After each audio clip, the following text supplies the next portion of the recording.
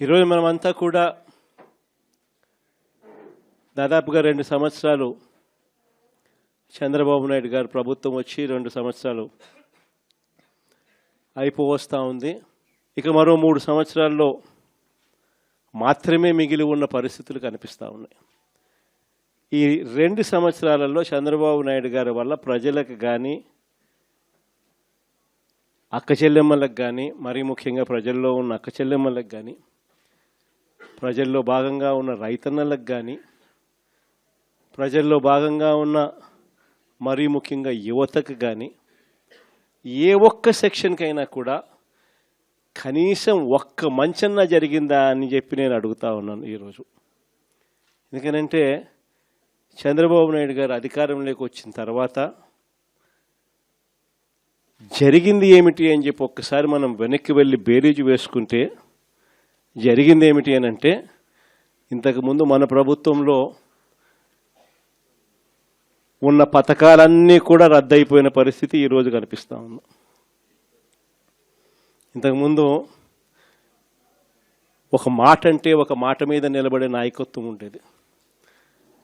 ఒక మేనిఫెస్టో అంటే ఒక మేనిఫెస్టోలో చెప్పింది అది ఒక భగవద్గీతగా భావించి, ఒక బైబిల్గా భావించి, ఒక ఖురాన్గా భావించి చెప్పిన ప్రతి మాట కూడా ప్రజలకు మనం మాటిచ్చాం, ఖచ్చితంగా చేయాల్సిన ధర్మం మన మీద ఉంది అని చెప్పి భావించే ఒక నాయకత్వం ఉండేది. ఒక మాట, ఒక పాలకుడు నోట్లో నుంచి ఒక మాట వస్తే ఆ మాట ఖచ్చితంగా నిలబెట్టుకోవాలని తపన, తాపత్రయం పాలనలో కనిపించేది. అలాంటి మన పాలన నుంచి క్రమం తప్పకుండా ప్రతి నెల కోవిడ్ లాంటి సమస్యలు ఎన్ని ఎదురైనా కూడా ఏ రోజు కూడా మనం మన సమస్యలను చెప్పి ప్రజలకు ఇది ఎగరగొట్టాలని చెప్పి ఏ రోజు ఆలోచన జరగల మన ప్రభుత్వ హయాంలో. ప్రతి హామీని కూడా ప్రభుత్వంగా మనకున్న సమస్యల కన్నా కూడా ప్రజలకు చేయాల్సిన మంచి ఇంకా చాలా అవసరము. వాళ్ళకున్న సమస్యలు ప్రభుత్వం సమస్యల కన్నా చాలా ఇంకా ఎక్కువగా సమస్యలు పడేది వాళ్ళే అని చెప్పి భావించి ఎన్ని సమస్యలున్నా కూడా ముఖాన ఏ రోజు కూడా చిరునవ్వే తప్ప ఏ రోజు కూడా ఇది చెయ్యలేము అన్న మాట నోట్లో నుంచి ఏ రోజు రానిలేదు.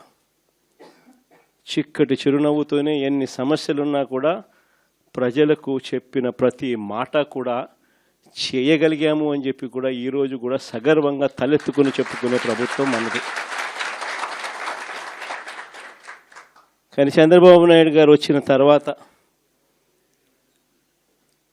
ఈ 2 ఏళ్లలో గమనించింది ఏమిటి అని అంటే, మన పథకాలన్నీ ఓవైపున రద్దు చేసేసినాడు, మరోవైపున ఆయన చెప్పిన సూపర్ 6లని, సూపర్ 7లని ఏదైతే ప్రజలకు మభ్యపెడుతూ మోసం చేస్తూ చెప్పినాడో అవన్నీ కూడా ఈరోజు అబద్ధాలుగా తేలిపోయి ఉన్న పరిస్థితులు ఈరోజు మన కళ్ళ ఎదుటే కనిపిస్తూ ఉన్నాయి.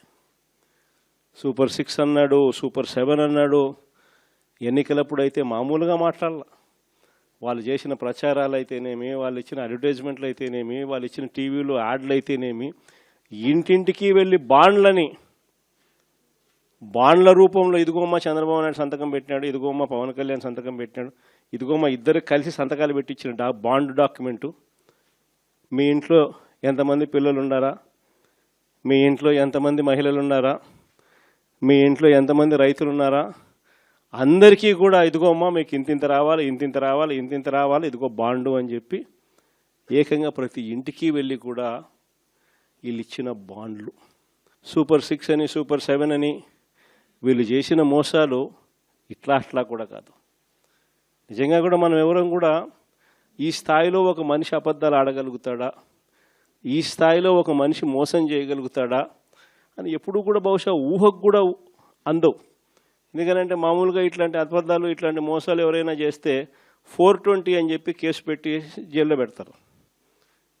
కానీ ఒక్క చంద్రబాబు నాయుడు గారు ఆయన కూటమిలో మాత్రమే అలా కేసులు పెట్టించుకోకుండా బయట ఉండగలుగుతారు.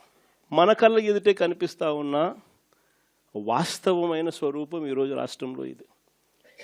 ప్రతి చోట విపరీతమైన కరప్షన్, విచ్చలవిడి కరప్షన్ జరుగుతూ ఉంది. ఏ స్థాయిలో కరప్షన్ జరుగుతూ ఉంది అని అంటే అసలు రాజ్యం ఉంది, అసలు ఎవరైనా పాలకులు ఉన్నారా అని మనకే అర్థం కాని పరిస్థితిలో అసలు ఎవరు పాలన సాగుతూ ఉంది. గవర్నమెంట్కి రావాల్సిన ఆదాయం గవర్నమెంట్కి రావడంలా, అందుకనే గవర్నమెంట్కి రావాల్సిన ఆదాయాలు తగ్గుతూ ఉన్నాయి. ఆదాయం అంతా ఎవరు జోబులు లేకపోతూ ఉంది అని అంటే పక్కన చంద్రబాబు నాయుడు దగ్గర నుంచి మొదలెడితే ఆయనకింత, నీకింత, నాకింత, నాకింత, నాకింత, నాకింత అని కింద వరకు దోచుకో, పంచుకో, తినుకో. ఇది ఈరోజు రాష్ట్రంలో జరుగుతూ ఉన్న పరిస్థితులు. నిజంగా ఈరోజు ఒకసారి గమనించమని అడుగుతా ఉన్నాం. మనం ఇంతకుముందు ఎప్పుడు చూడలా, మొట్టమొదటిసారిగా చూస్తూ ఉన్నాం. మద్యంలో మొత్తం ప్రైవేట్ షాపులంతా వీళ్ళ మనుషులే మాఫియా. ప్రైవేట్ షాపులన్నీ వీళ్ళ మనుషులే లాటరీ పద్ధతిలో అంతా వీళ్ళ మనుషులకే ఇచ్చుకున్నారు. వీళ్ళ నుంచి మొదలు పెడితే ఆ తర్వాత గ్రామ స్థాయిలోకి బెల్ట్ షాపులు పూర్తిగా విస్తరించినారు. ఆక్షన్ను పాడి మరి ఏ కార్యకర్తకి ఇవ్వాల వాళ్ళు ఆ కార్యకర్తలు వాళ్ళు కొట్టుకోకూడదు కాబట్టి మళ్ళీ ఆక్షన్లు మాడి మరి బెల్ట్ షాపులు ఇస్తూ ఉన్నారు. మళ్ళీ గ్రామాలలో బెల్ట్ షాపులు నడిపేదానికోసం మళ్ళీ పోలీసుల దగ్గర నుండి నడిపించే కార్యక్రమం. మందు షాప్ పక్కనే పర్మిట్ రూమ్. ఎంఆర్పి రేటుకి ఎవడు అమ్మడు. బెల్ట్ షాపుల్లోకి చేరేసరికి ఎంఆర్పి ప్లస్ 10 రూపీసా ప్లస్ 20 రూపీసా ప్లస్ 20 రూపీస్ ప్లస్ 20 రూపీస్. పక్కన బెల్ట్ షాప్ పక్కన షాప్ పక్కనే పర్మిట్ రూములు. ఆడైతే ఏకంగా పెగ్గులే.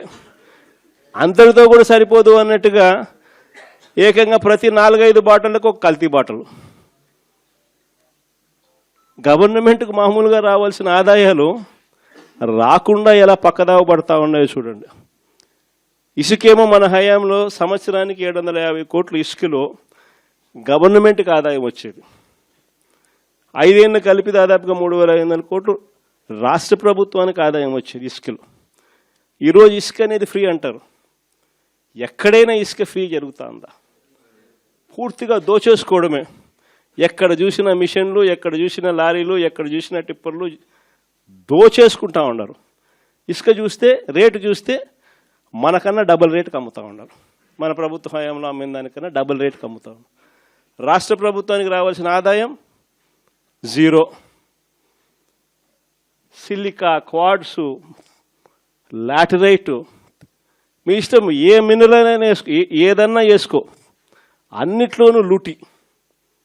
రాష్ట్ర ప్రభుత్వానికి సంబంధించిన ఆదాయాలు రాష్ట్ర ప్రభుత్వానికి రావు.